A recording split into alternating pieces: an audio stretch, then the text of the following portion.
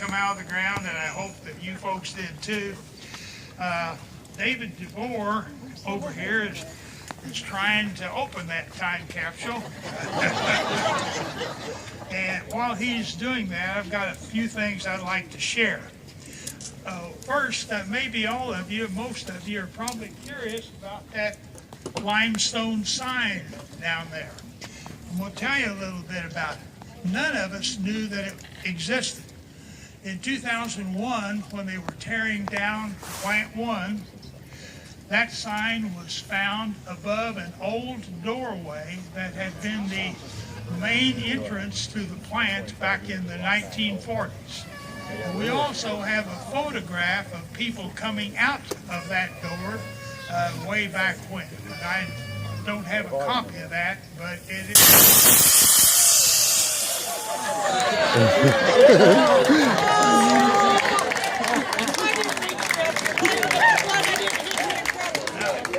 That was the nitrogen being let off to make sure that things didn't get moldy or mildew or whatever. Argon, whatever was in there.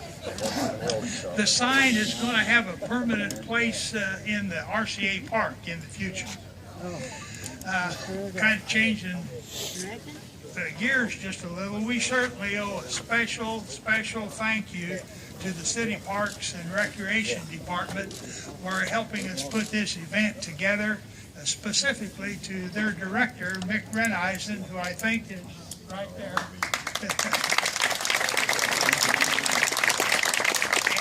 of course, Mick doesn't do it all. He's got some good staff members, Dave Williams, J.D. Boroff, and Becky Higgins, who are all here, and they have all made a major contribution. So let's give them a hand also.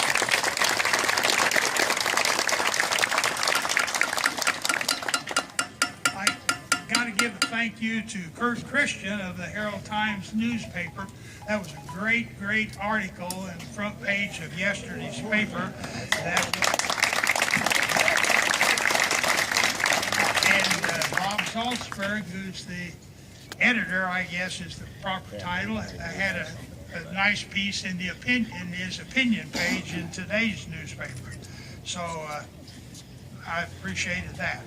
Then, of course, we can't forget Mayor Mark Cruzan and the city administration.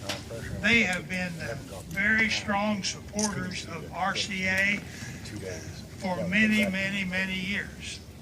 Unfortunately, Mayor Cruzan was not able to attend today, and he had a few words he wanted to share with all of us, and he has asked Mick Renneisen to share the words on his behalf. So, Mick.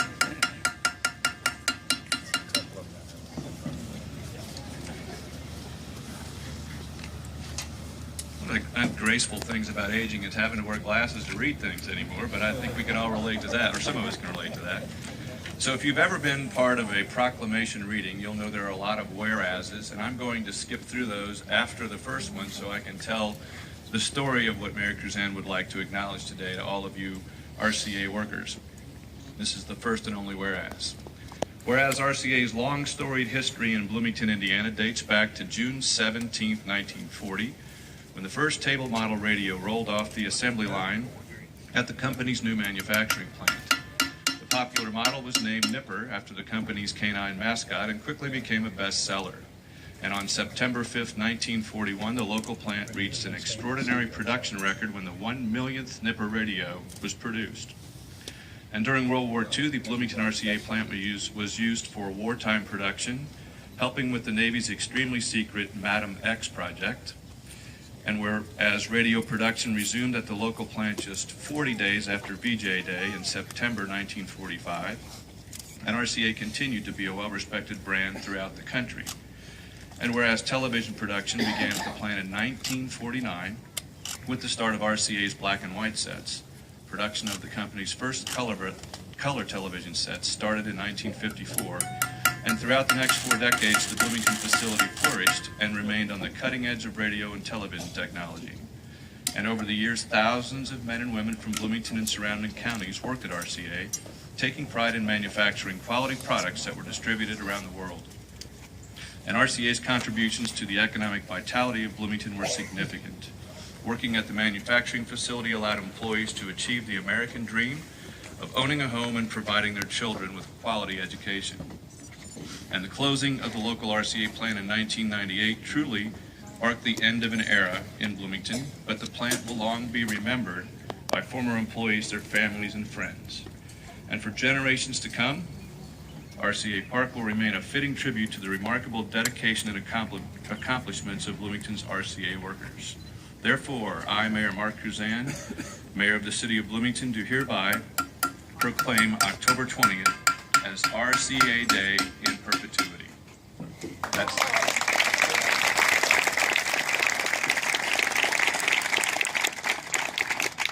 And if you just allow me to say one other thing, this is not Mayor Cruzan's statement, this would be Mick's statement.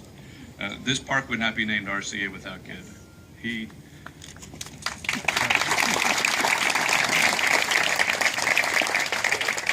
The story yesterday said he had to convince the administration, meaning me, that this park should be named RCA Park instead of Thompson Consumer Electronic Park, which is what it was named, obviously, in that era.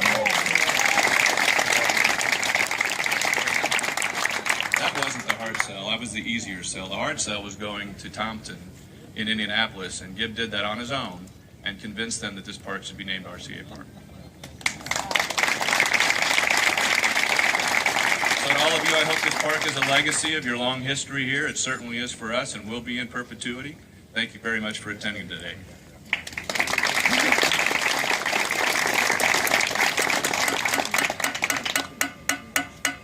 I didn't expect to get any thanks, but thanks for giving me some thanks. My heartfelt thanks go to Mayor Cruzan for the proclamation that makes RCA Day forever in Bloomington, Indiana, color television capital of the world, and we are still that.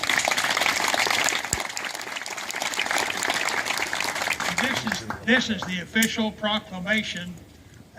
I'm not exactly sure where it's going to end up, but it'll end up somewhere where it is viewable by all of us, many of us.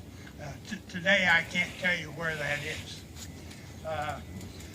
One last thing, and maybe David will be done by then. Things like today, this celebration just doesn't happen because we want it to. There was a committee of good helpers that we put this together. And maybe some of them are here today and some of them could not make it today. But Judy Gonferman is here somewhere. Judy, where are you? Hold up your hand.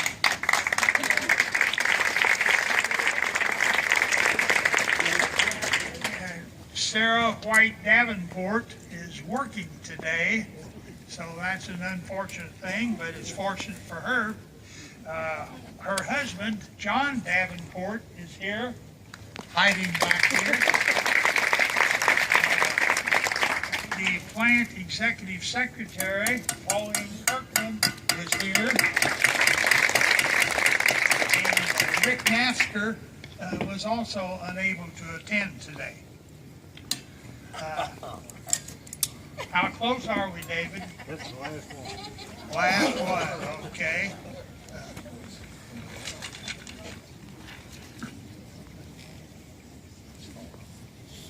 We're going to just be calm and comfortable and relax.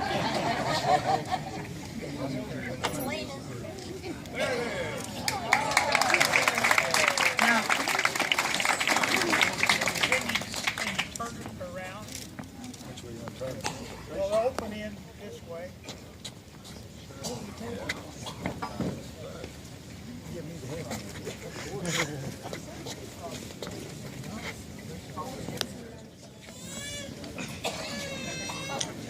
One more thing I need to say about the time capsule and David.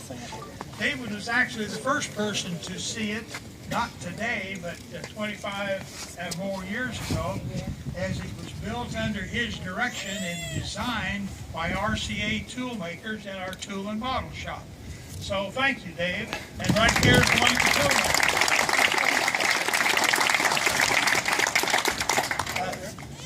committee members, that's John and Judy and me, I guess, are going to pull the items out of the time capsule, and we're going to have whatever needs to be said about any one of them.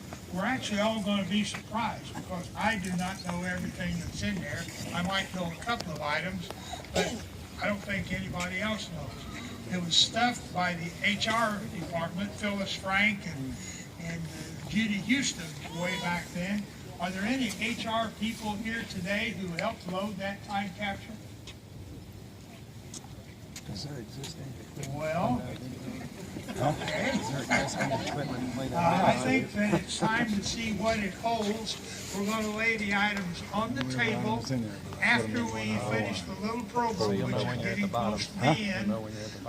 We are going to have like a walk by where everybody can get a chance to walk by and see all the items. We please ask, don't touch things, because just please don't touch them. Okay? Why don't you see if you can pull something, John? Well, Yeah, you can. You stick your fingers in there and pull those out. There you go. There's nothing in there. It's all.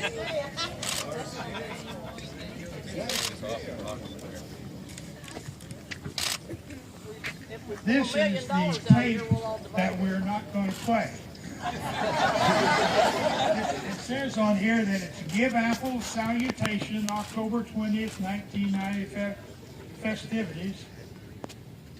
This might not be it.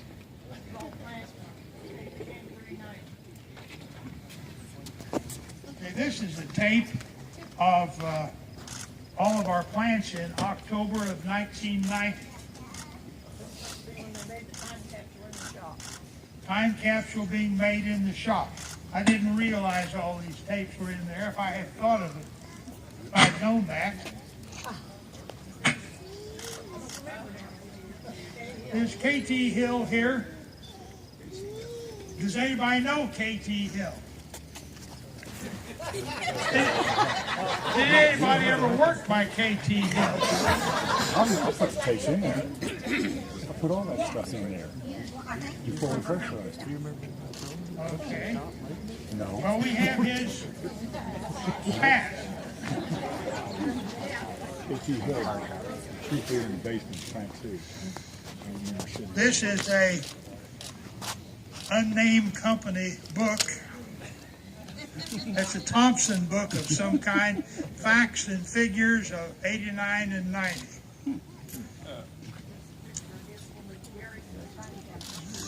Okay, this is a picture of the time capsule being buried.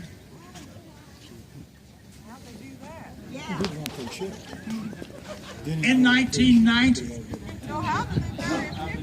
No, the picture was not. Oh, the picture was put in there. The time capsule was put in the ground. The time capsule.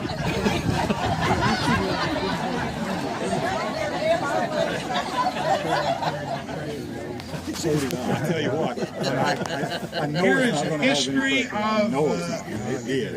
the two companies and RCA Consumer Electronics of the Bloomington plant. Yeah. And this history was originally written by Judy Houston, Employee Relations, before her retirement in 1999. And it has been updated somewhat, so this will be interesting reading at some point. Well, this is 316 cents, this never.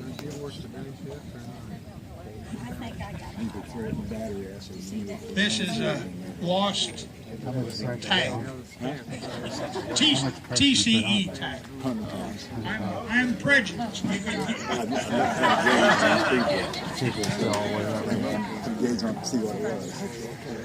Okay. We did in the shop, yeah.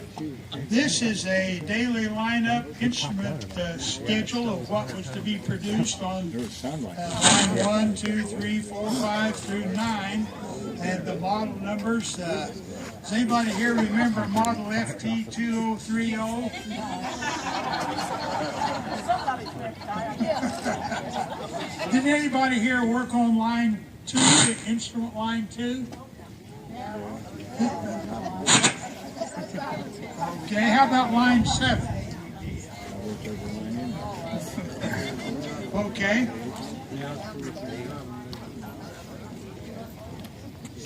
This is a remote transmitter that was made to be used in most all of our product.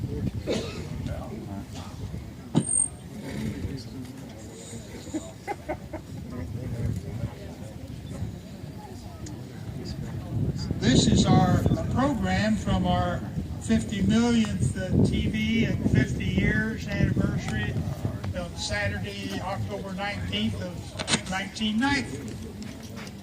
I'm sure you all remember that.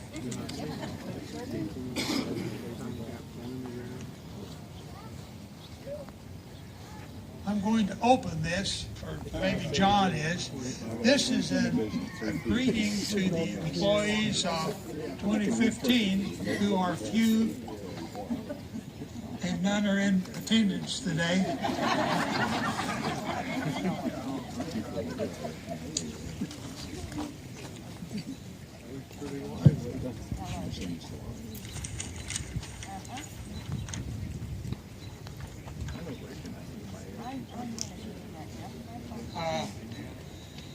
I think that there's too many words here to read, and I think I'll not read it, but if you guys want to look at it a little bit as you go by, that would be fine.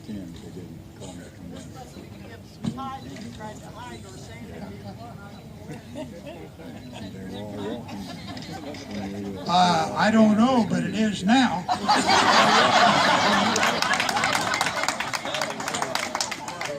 It's got Nipper in the photograph, kind of like this picture right here, only about 20 of them.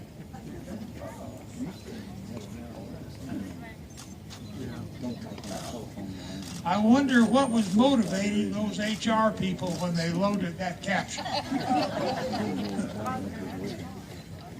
Oh, our contract with the IBEW. December 1, 88 through December 1, 91.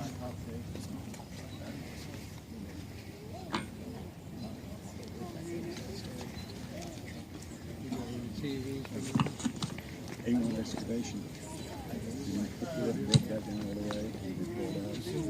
Now this is an invitation to the 50 millionth celebration, and at least our name got on there, our name being RCA.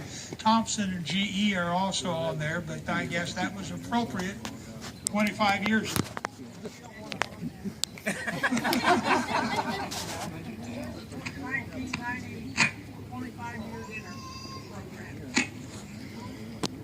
Oh, the dinner program. This was, I'm not going to open it and read it, but it was, if you remember, in 1990, we had a big celebration on Friday at the plant, and Bob Knight was there, Lee Greenwood was there, all of the big shots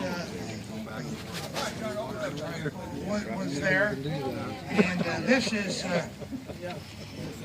actually it has pictures with names on it of an awful lot of people. Yeah.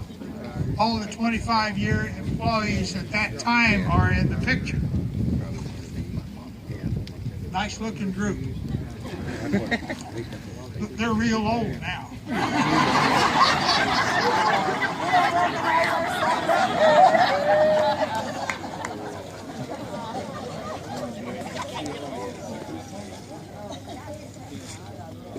And this is Chipper's little one. Thank you. Thank you. Are you about to get them all, Judy? Well, I know, looks like it's still got it in there. Well, you might have Yeah, I know. Turn it up and check it down. I can't read it. Way back. an old style RCA hat with a United Way little pin on the side of it.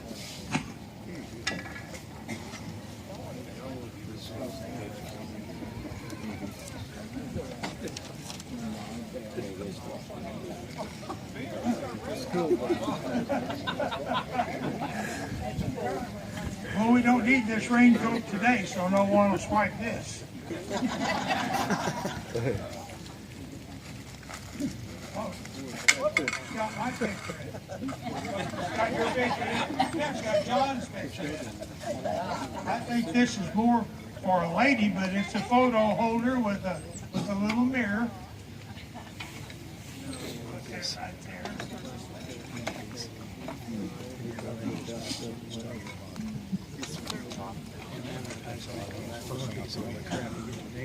Okay, this is just a key tag of the 50 millionth celebration, like some of the other items we have here.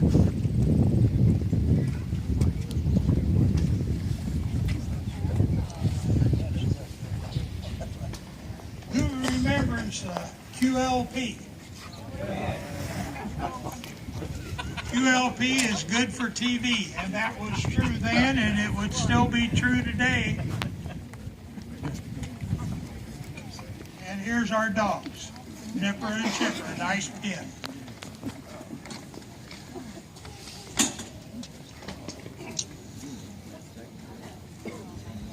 Here are some drawings of our facility.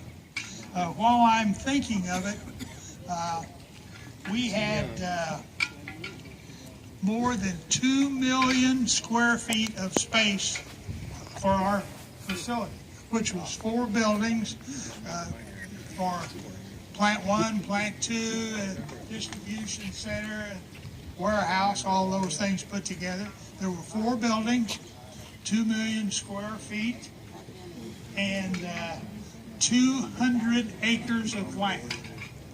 So we were not a small operation. The people who had to mow that, they knew it. Here is a whole stack of RCA Horizons newspaper, TCE World newspaper, and other newspaper type things. And here is a TV and VCR catalog. There's a ProScan catalog. Who remembers ProScan? Okay, we're doing better.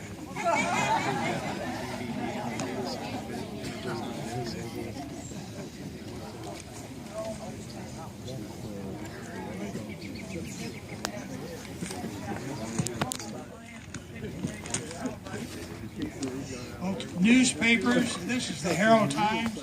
This Color TV, Capital Thompson unveils 50 million set, etc., etc. Picture here, maybe some of you folks are in this little picture. Good luck on finding it. Here is, there's a Sunday Herald Times paper, which got the funnies in it still. And here is the Indianapolis Star. Now, that's the sweatshirt like a few folks have on, and there should be, you're in charge of that.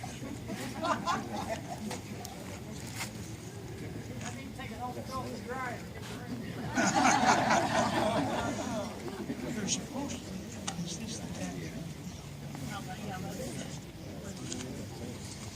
And this paper here is a listing of all the employees that we had at the plant on October 20th, 1990.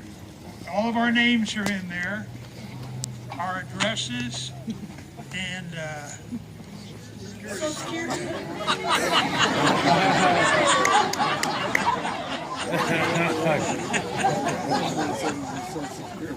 we better guard this, huh?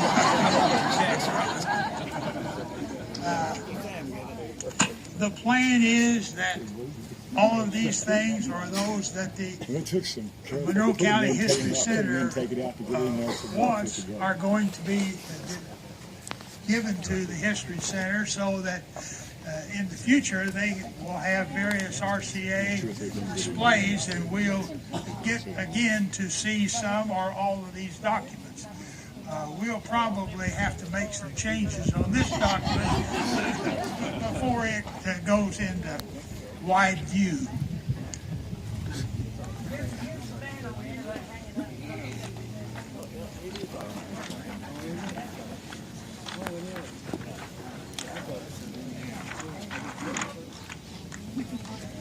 Okay.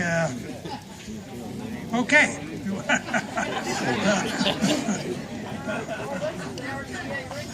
Okay, now we're talking.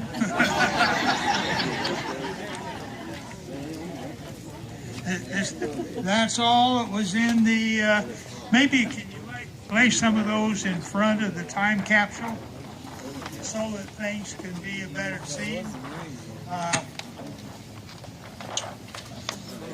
I must have some notes.